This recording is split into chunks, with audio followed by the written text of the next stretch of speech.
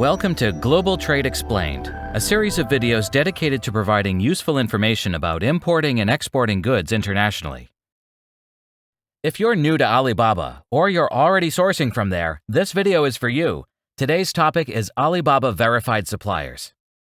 You might have noticed Alibaba displays a Verified Supplier badge on the pages of some sellers, assuring you that the supplier was verified on-site by a third party.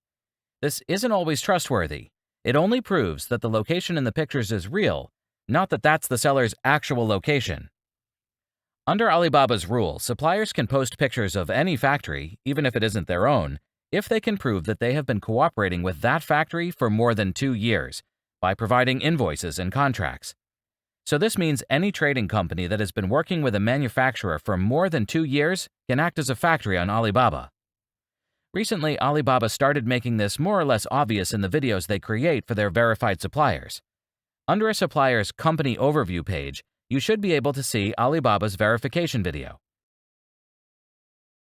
If the supplier is a trader, on the lower right-hand side of the video, you should see either Supplier's Company or Supplier's Associate Company. So this is something to remember if working factory direct is crucial for you. As we mentioned in another video, traders sometimes can also act as a manufacturer's dealer on Alibaba because it's easier for factories to just have an agent bring constant orders. The manufacturer allows them to use the company name or even bring customers to the factory. As long as the orders are coming in, everyone's happy. So sometimes even when you found a legit factory on Alibaba, you still might be working through a middleman. To learn more about Alibaba middlemen, you can click on the video up on the screen. And if you haven't yet, please remember to subscribe. Thanks for watching, and see you next time.